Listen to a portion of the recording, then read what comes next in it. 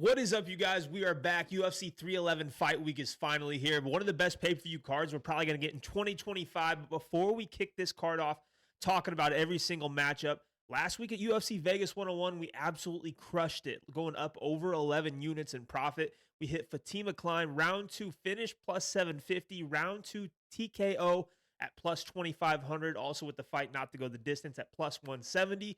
All in one fight, kicked the night off really right. We hit Bruno Lopez spread. We hit Santiago Ponzinibbio on the money line for big. Overall, it was a wonderful night. We made a lot of money. I'm going to put the link for our winnable in the bio. I'm going to also give out a promo code for you guys to get a 5 to 7 day trial so you can get all of the bets for UFC 311 free.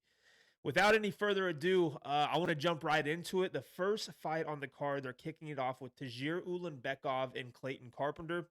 Super underrated fight. This is the first of 3 Khabib fighters that are going to be on this card. Khabib is going to be in the corner of Tagir. He's going to be in the corner of Umar, and he's going to be with Islam, obviously. But in this matchup against Clayton Carpenter, I think Tagir wins, but I think he's going to have to be extremely careful. Clayton Carpenter is a phenomenal grappler. He's got a great ground game, but he's also got that Golden Gloves boxing background. His hands aren't the worst in the world. He's not like a slick striker by any means. He's not going to, blow you away with the power or anything, but he does connect. He has a decent jab, and he's pretty explosive. The guy's a shorter guy for the division, but he's strong and stocky. Going up against Tagir, who is very tall for this division. If I remember right, 5'7", 125 pounds. He's lean. And, Tagir is kind of a guy who his striking's not going to blow you away either. But this is a Dagestani Khabib camp wrestler and grappler. The guy knows what he's doing on the mat. It might not be pretty, but he will get you there. And if he ends up on top and you're off your back, if you don't have a good get-up game, you're kind of screwed. This guy has great control. He's very strong on top. But, Clayton Carpenter, I think in the early going, especially in round 1, I think this could be a competitive, even fight. But as it starts to go more and more, and the more grappling that ramps up and up, I think Clayton will start to fade. And Tagir, with the experience, the higher level of competition, fighting guys, other good wrestlers like Cody Durden, I think he's going to be well prepared to go in there and beat a guy like Clayton Carpenter. I do think Carpenter is going to have a great future in the UFC. I think he's a good fighter and will continue to get better. But for the first fight of the night, man, I think this is Tagir all the way. Second fight on the card. This one's been scheduled, I swear, 2 to 3 times. Ricky Turcios versus Bernardo Sopaj. I actually bet on Sopaj in his debut against Vinicius Oliveira, where he got brutally knocked out in the 3rd round. But up until about the midway point in the 2nd round, Bernardo Sopaj was dominating the fight, getting takedowns, control time, good ground and pound. Had Oliveira in a lot of trouble at one point in the fight with the ground and pound. The ref probably could have stopped in. But he just gassed out. He got tired. And I don't know if it's bad cardio or if it's just that it was short notice for him.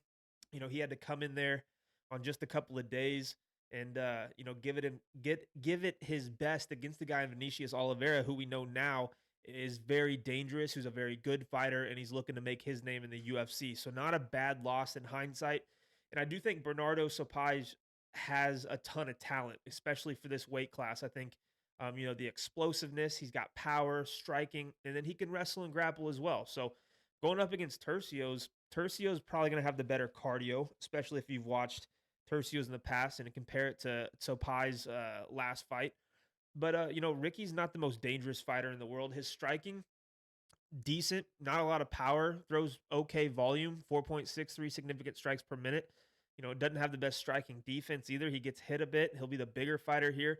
On the ground, he looks for submissions. He's got some submission wins. But, overall, when I look at this, I think the more talented fighter is Sopaj by far. More explosive, faster, stronger. It's just that cardio. Cardio is my one big issue in this fight. And, if you're wanting to go out there and hammer Sopaj, I honestly think this is one where you sit back and you wait to see what he looks like on a full camp, or at least, a month and a half camp.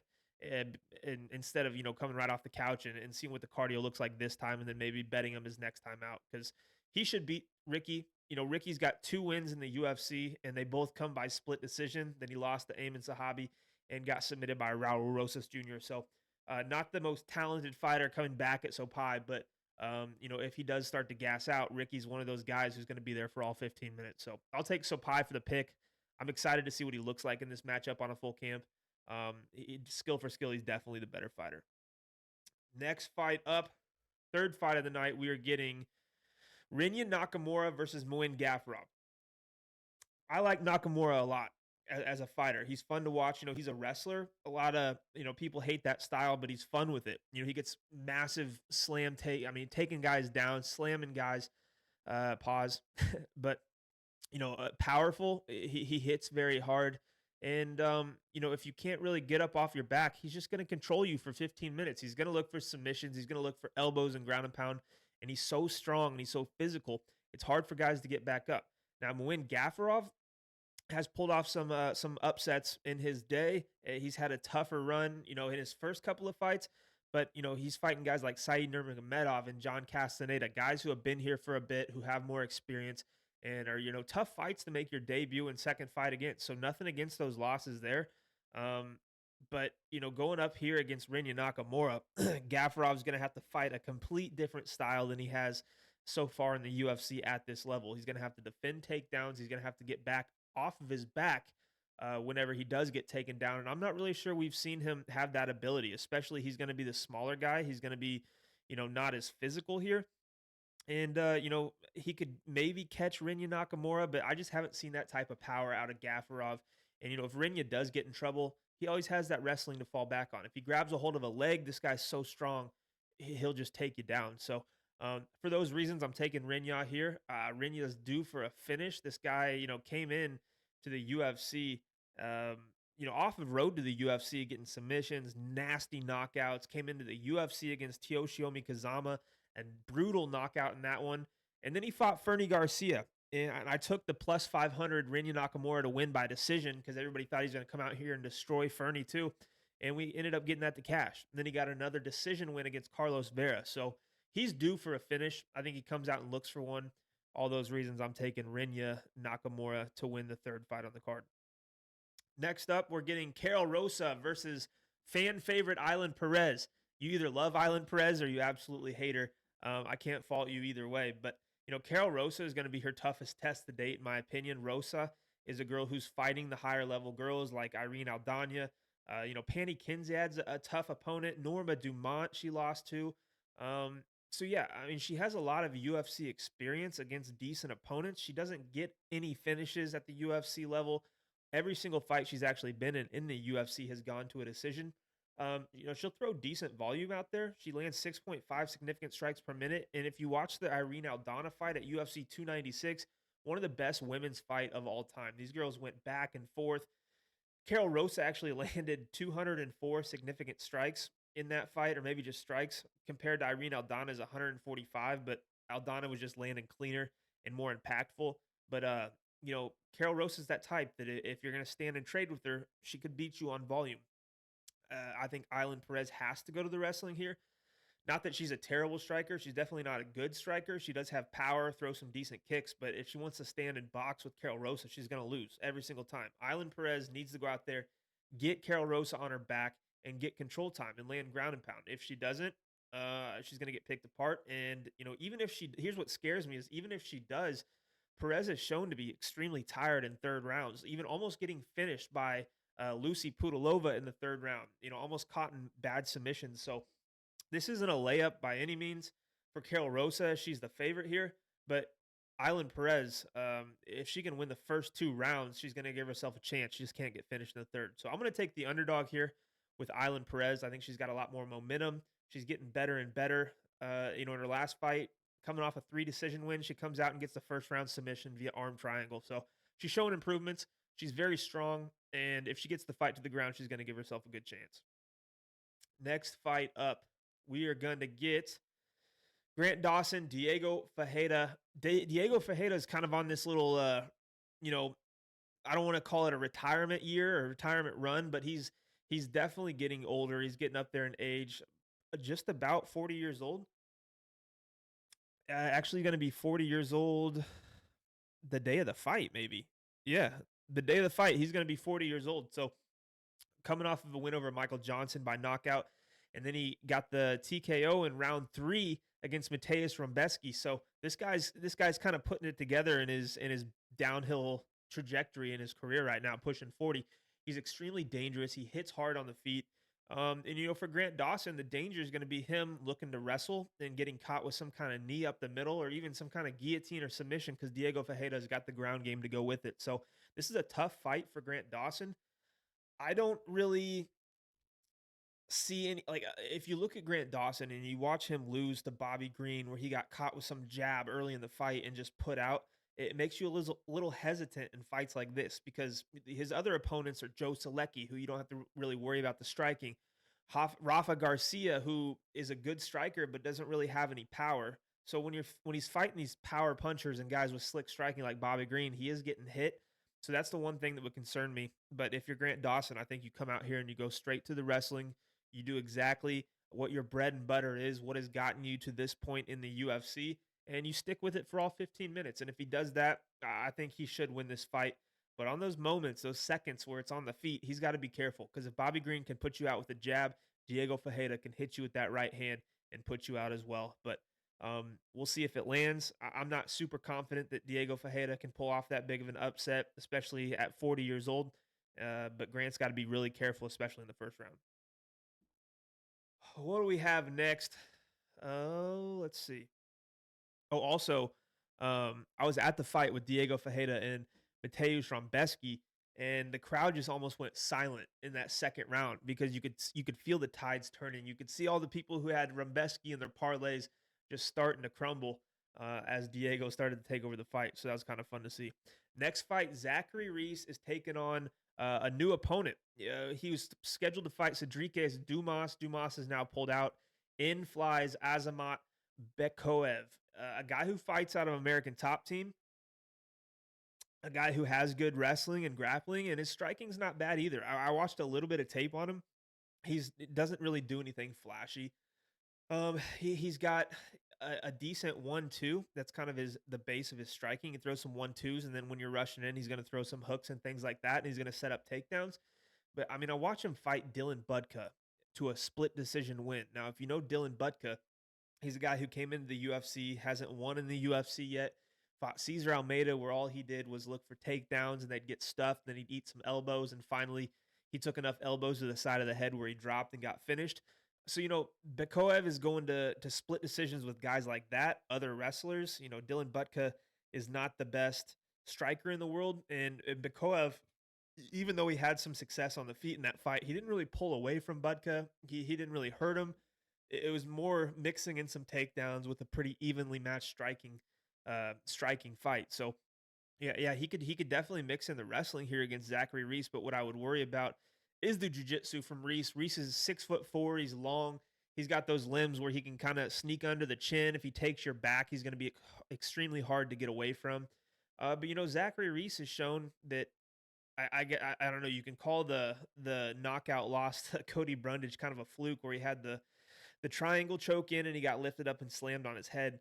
But his striking looks to be coming along as well. He knocks out Julian Marquez in the first round. He goes in against Jose Medina and beats the brakes off him for 15 minutes.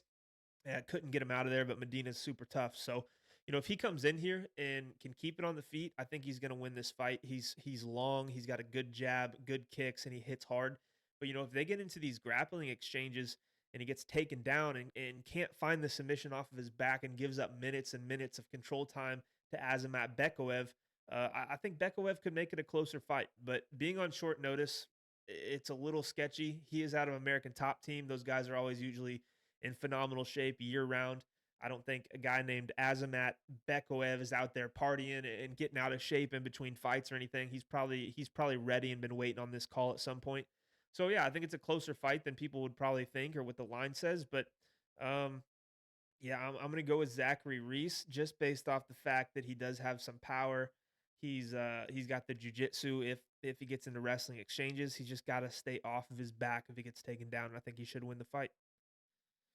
So Zachary Reese will be the pick. I'm excited to see Azamat Bekoev and see what he's got at this level. And if he doesn't get the win, I'm sure he'll get another shot in the UFC and we'll rack up some wins at one point or another. Next fight, Jailton Almeida versus Sergey Spivac. Spivac coming off of one of the craziest finishes in heavyweight I've ever seen. It was a simple triangle, armbar off of his back, but you just don't see it at heavyweight very often. These guys are not as limber and as smaller, and they got bellies, dude. You can't put the legs around these guys. So, see him pull off an armbar against Marcin Tybura, who has a good ground game, was super impressive. Don't really see that happening against Gilton, though. Gilton's way more athletic. He's faster. He's quicker. Right when he feels you setting that up, I think Gilton's good enough on the mat. He's going to know what's coming. And while this thing's on the feet, Spivac's not a terrible striker. He's been pieced up by good strikers like Cyril Gahn. But I look at his wins in the UFC, and it's just not impressive. Yeah, the armbar against Marcin Tybura. Tybura's kind of a 500 fighter in the UFC. Before that, he submits Derek Lewis. Great win, but Derek has no ground game. Before that, he's knocking out Augusto Sakai, who is on like a 4 or 5 fight knockout loss streak. And then Greg Hardy, I mean, come on. Loses to Tom Aspinall, Alexei Oleinik, he beats Jared Vendera, Carlos Felipe. So, at the end of the day, Spivac is beating the guys he should, and he's losing to the top guys in the division. So you can't really fault him for that. He's taken fights the UFC asked him to. He's got a positive record. But, Jailton Almeida is kind of relentless. Even though we saw him dominate Curtis Blades at UFC 299. I was there for that fight as well. So frustrating to be on Jailton Almeida. I mean, he took him down 9 times in the first round. Completely dominated. I thought Blades would gas out. And then he gets caught with these little elbows while he's holding on to a single leg, and it puts him out. Super frustrating, like I said. I think he's learned from that. He came in his next fight, dominated for, half of a round against Romanov before finding the submission. I think it kind of looks like that. I think he goes out there and he can get a takedown on Spivac. And, Spivac, if he does get taken down multiple times, I think he starts to fade. Spivac's a guy that once he's getting beat in fights, he's not really coming from behind to pull off wins. Like once he's beat, he's kind of beat. He kind of not throws in the towel, but you can tell in his demeanor and his posture when he's losing a fight. And if he gets taken down a couple of times, I think it turns into one of those situations. For all those reasons, I'm going to side with Jailton Almeida, but being this big of a favorite that Almeida is super sketchy in my opinion. I don't think there's any world where he should be this big of a favorite over a guy with this kind of record in the UFC and Spivac. So be very careful if you're putting Almeida in the parlays. We've seen him bust plays before like he did against Blades. So again, be careful. But for the pick, I think Jailton Almeida should get it done here. Next fight, super excited to see Peyton Talbot and Raoni Barcelos. Now, this is obviously a step up in competition for Peyton Talbot so far in the UFC. He's fighting Nick Aguirre, where he got the submission in round 3. It took him a while to do it, but then he comes in against Cameron Simon. Simon, I believe, only had 1 loss at the time. Maybe he was still undefeated. I can't remember if that was before the C-Rod fight or not. But he beat the brakes off of Cameron Simon, a guy who had some hype. A lot of people, training partner of Dricus du Plessis. A lot of people had high regards for Cameron Simon, and Talbot outstruck him 79-31, landed a knockdown, got the finish in round 2, and goes out there against Giannis Gamori in his next fight and flatlines him in 20 seconds. That's all she wrote. So Peyton Talbot's one of the most talented fighters coming up in the UFC right now. He's extremely young, but again, he's fighting guys outside of Cameron Simon, not really UFC level, and now he's getting Barcelos, who's been in the UFC since 2018. He's fought some good fighters. He's beaten guys like Said Nurmagomedov, Kurt Hollabaugh, Chris Gutierrez, and in his last fight he beat Christian Canones. But he's also losing to some good fighters too. He's got those losses on his record, guys that can take him down, control him, and or guys that are just way better strikers, which I think Peyton Talbot is. I don't really see Peyton Talbot having a big problem in this fight. I don't think he's going to get hit very often, and I think he's going to deal out a lot of damage. And with Barcelos, being in his upper 30s, I think this is a bad spot for him. I do think this is a Peyton Talbot show-off spot for the UFC. They want to feed him another guy who's got some name recognition, who's a step up in competition, but still a guy that Peyton Talbot should beat. So for those reasons, I'm sticking with Peyton Talbot. Super excited to watch the performance because the guy is a lot of fun to watch. All right, next fight, Bogdan Guskov versus Billy Alakana. This is another replacement fight because if you remember right, Guskov was supposed to fight Johnny Walker, which is super weird in my opinion because Guskov is training partners with Victor Walker, or Walter Walker. Sorry, not Victor. Walter Walker, who's Johnny's brother. So, it was going to be brother versus training partner. Maybe some inside scoop going around there. However, it's not happening anymore. Johnny Walker's pulled out of the fight. So you don't really have to worry about it. Now in steps Billy Alakana, 7-1 American fighter. The guy is big. He's got he's built well. He looks very, very strong. So far in his career, he's got 3 knockouts, 3 decision wins, and 1 loss via decision, I guess. Yeah, yeah. He's fought in the PFL multiple times, where he's got some decision wins and a split decision win. So this kind of the story and the theme of him is when he started MMA and he's fighting these guys that are 0-0, 3-1, 1-3. He's knocking them out. He's submitting them. He's beating them like they should. But the step up in competition, he gets to the LFA. He loses a split decision to Daniel Compton. He gets to the PFL. He's winning a split decision against Chuck Campbell, who's only 5-2. A decision against Tristan Overvig, who's 5-1. So, the guy, once he gets a step up in competition, it's not really as dominant as you would think it would be, especially, being a younger fighter who's trying to make his way into the UFC. Now he's here. Now he's getting Bogdan Guskov, who holds some of the most power in the whole division. This guy hits you, and he can put you out. We saw him do it against Ryan Spann in his last fight. We saw him do it against Zach Pauga. So, yeah, I think he's a talented guy on the feet. He hits very hard. We've seen him find finishes in second round, so it's not like he gasses after 5 minutes. And he's got a full camp for this one, and he's been training hard. So I think he does get the win over Billy Elikana. I'm excited to see what Billy's got. Only being 7-1, he's probably going to be a tad bit green, but who knows? Maybe he turns into something with a little more experience under his belt. Next fight. Man, Kevin Holland, Reinier de Ridder. De Ridder coming out of one championship as their champion. 6'4", 78-inch reach. He's very, very big and long for this division. Makes his debut against Gerald Meerschaert. I honestly thought the UFC was setting up Gerald to try to pull off this sub, so Dana and the UFC could say, haha, look at us. We're better than one. Nobody you can send over here can beat our guys. That wasn't really the case. There was some sketchy moments in that fight for Reinier de Ridder. But ultimately, he kind of pulled away as GM3 got tired and ultimately found the submission in the 3rd round to get the win. But, I don't really think if this fight stays standing, Kevin Holland should absolutely demolish this dude. There's no reason he shouldn't. I mean, Reinier was struggling on the feet with GM3 at times. GM3 is not a striker. He's got some decent kicks, but he's not a striker. He's a jiu-jitsu guy. And, if Reinier does want to go for the takedowns, he's got to watch his neck against Kevin Holland too. Kevin's super athletic. He's lean and he's tall and long, but he's super strong too. He's got a squeeze. We saw him hit the Darce against Michael Chiesa.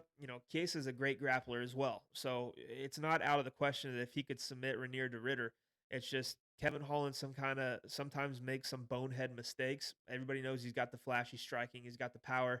But if he gets taken down, he gets caught on his back, he'll throw up arm bars and triangles and stuff like that and look to hit sweeps, but he doesn't always do it successfully, and he gives up a lot of minutes off of his back. And if he does that here against a really talented jiu-jitsu guy like de Ridder, I think he's going to put himself in trouble, 1. And 2, I think it's going to be a lot harder for him to work up to his feet without giving up his back and de Ridder jumping on it and winning control minutes or even finding some kind of submission. So if this fight does stay on the feet, Kevin Holland's going to piece him up. He's going to land some big shots. He's going to put him in trouble.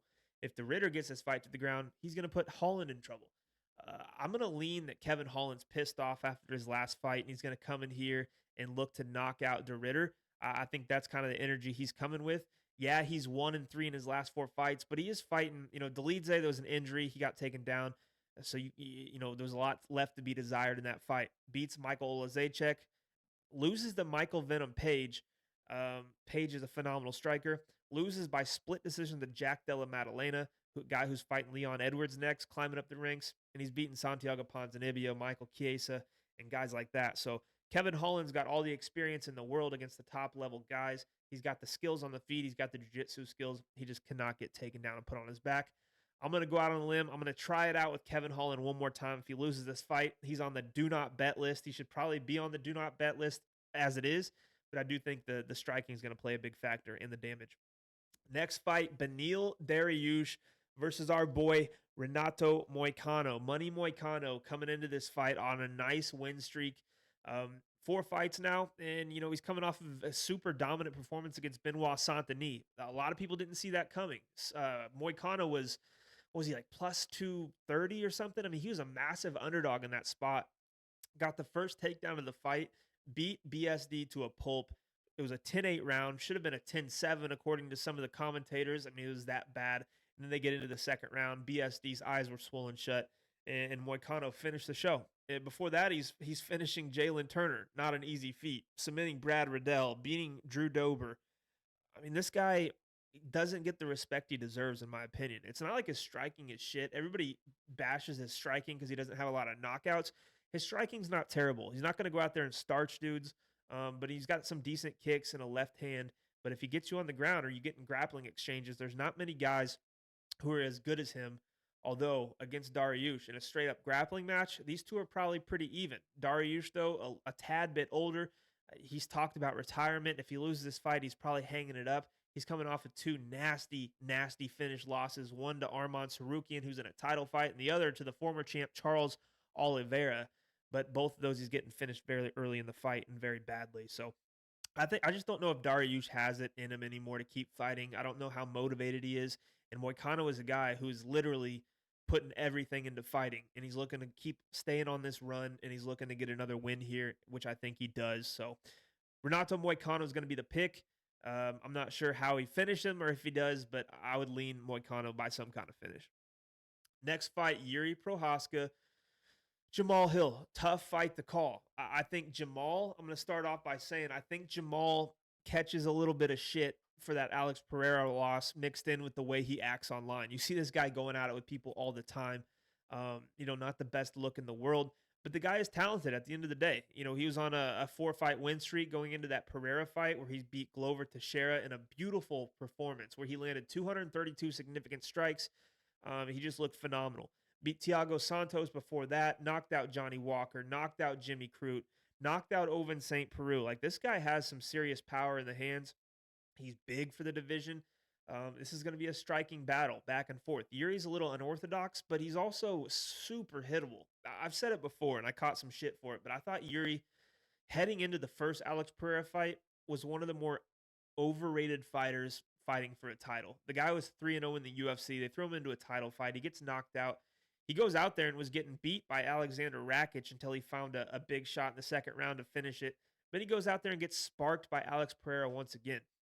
His striking defense is to be desired, man. He gets hit a lot. He's bouncing in and out. He gets his leg chewed up. And, he's shown multiple times now that this guy can be hit. He can be knocked out. I mean, even against Dominic Reyes, he won by spinning elbow in the second round. But there was a point in that fight where Yuri said he got hit and was knocked out. I believe it was Dominic Reyes hit him with something off of his back, and Yuri kind of collapsed onto him and woke back up. But, Yuri has the potential to get knocked out. Jamal Hill, big power in the hands. I think people are taking Yuri here because they hate Jamal Hill and they like to hate on him online. But I actually think he gets it done. I think his straight punches down the middle are going to cause Yuri a lot of trouble. I don't think you're going to see much grappling in this fight. But, as far as who can take a better punch, historically, it's been Jamal Hill. They've both been knocked out by Pereira. But, that's really the only time we've seen somebody go out there and really hurt Jamal Hill. And so for those reasons, I mean, Paul Craig got the TKO if you're reading into the stats, but, it was a broke his arm type of deal where the ref had to stop the fight. So I think Jamal Hill's chin's a little better. I'm going to side with him. I think he's a little faster with the straight punches down the middle. So for the pick, I'm taking Jamal Hill, but this is a close fight that could go either way. Co-main event time, our first title fight of the card, Merab Dvalishvili, Umar Nurmagomedov. This is a super close fight. I mean, Merab has been on an insane run. If you look at how he got to the UFC, he was set to fight Rafion Stotts on the regional scene. Dana White and his crew set up the looking for a fight and went and watched that fight for Stotts. They were wanting to sign Stotts, and then Merab comes in there and knocks him out in the first round, and the UFC is forced to give him a shot. And since then, he came into the UFC. This is crazy. He lost a split decision to Frankie Saenz, and then he loses us by submission in the third round to Ricky Simon. And then after goes on a 1, 2, 3, 4, 5, 6, 7, 8, 9, 10, 11 fight win streak coming off of his title win against Sean O'Malley. So, and it's not like he's fighting bums on that streak either. I mean, he dominated Henry Cejudo, where he had 5 takedowns against the Olympic gold medalist with 74 strikes to 29. And then he beat, this was insane, against Petr Yan. 11 takedowns, 50 takedown attempts, outlanded him 147 to 75. Just absolutely insane stuff. Before that, beat Jose Aldo, Marlon Moraes, Cody Stamen, John Dodson. So this guy has fought some very, very good fighters, especially in the last 4 years, and he's passing every test with flying colors. So, yeah, I think this is going to be a tougher fight for Umar. But where Merab has been able to beat guys is putting them on their back, putting them against the cage, and just being relentless. And I think Umar is a guy who's also has the capability to be relentless. I think he can stuff takedowns relentlessly. And while this fight is at space, Umar's a better striker. He's got better kicks. I mean, you see the Nurmagomedov name and you instantly think this guy's another Habib Islam type. They're going to go in there and look to wrestle, grapple right off the bat. Umar started out as a striker with the kickboxing, and he's very, very good at it. And he adapted and adopted that wrestling style later after training with Habib and the gang. So this is the second fighter where Habib will be in their corner. This seems like it's Umar's time. This is destiny on this card with his brothers and his teammates.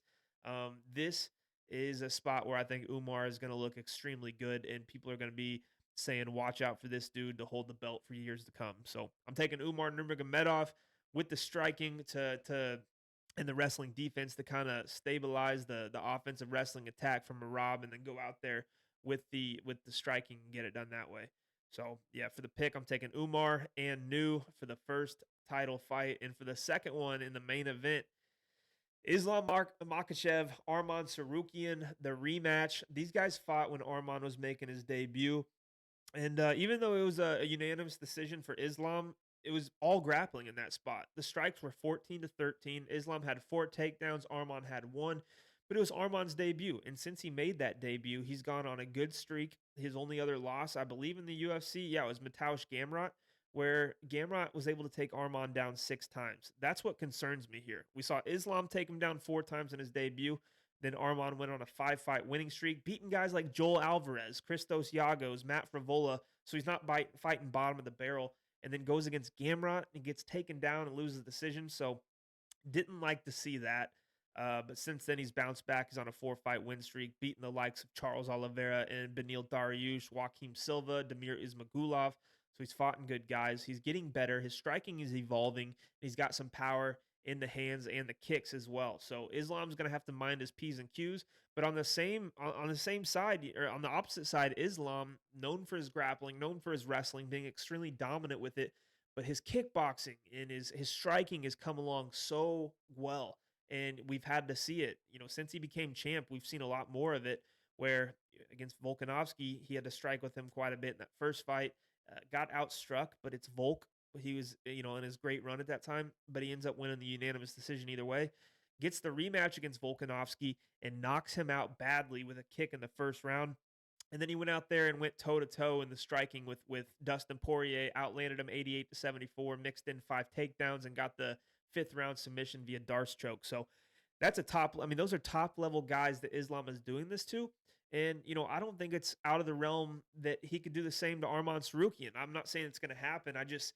I think Islam is on that level. Not that Arman's not, man. Arman is a great fighter, but to beat Islam here, Arman's going to have to come out here and keep this on the feet and look for a knockout. I don't see any other way that Arman really dominates this fight. But now guys are coming in there with, okay, if I got to strike with Islam, I got a chance, but his striking's got so good, he's kind of covering that base too. So now he can beat you with the striking, with the kickboxing. He's very powerful. Or you can mix in the wrestling and look for submissions and just completely smother you and dominate you in that realm too. I know Arman has gotten better since they first fought, but Islam's gotten better as well. So I think this is another fight where, Islam does his thing. It's going to be a somewhat close fight. But, Islam's going out there and dominating Charles Oliveira, whereas Charles had a chance to win that fight against Arman and had a really good showing. So it's so interesting, man, because you look at these rematches. I mean, there was one last weekend with Mackenzie Dern and Amanda Hebos. Hebos won that first fight between those two, 30-27, had the better striking, had the better wrestling, even took her down a couple of times. And then in the rematch, Mackenzie Dern pulls off the submission. So you just never know. But, Habib in the corner, the final fight of Habib's camp in this card. I mean, Islam, it seems like Islam, Umar are supposed to win on this card together. It seems like destiny. I know destiny's not a thing in the UFC or fighting, but I'm taking Islam Makhachev, and still, I just think he's that good. And if he wins this fight, I believe he's the best 155er of all time. with this many title defenses, this win streak that he's on, it's just an insane win streak. I believe he's at 14 fights right now, trying to make it 15. He could literally break every single record in the UFC before it's all said and done. So Islam Makhachev is going to be the pick, and that is the full UFC 311 card. It's going to be a fun card. There's a lot of action, a lot of violence in these spots. I can't wait to get betting on this card. And if you want to see all my bets, I'm going to have the our winnable for Home of Fight picks in the link below. I'm also going to put out a promo code this week to get you a free trial. So you get all the bets for UFC 311 completely free. We gave them out free with a free trial last weekend. I went up over 11 units, hit some massive plays. We're going to look to do it again and start the year off right. So thank you guys for watching. Hit the like button, drop a comment if you're not following. Hit the subscribe button, turn the post notifications on. I appreciate you guys a ton. We got a week off next week, and then we're back in it with the first card of February. Again, hit subscribe, watch out for the next videos, and good luck this weekend betting at UFC 311.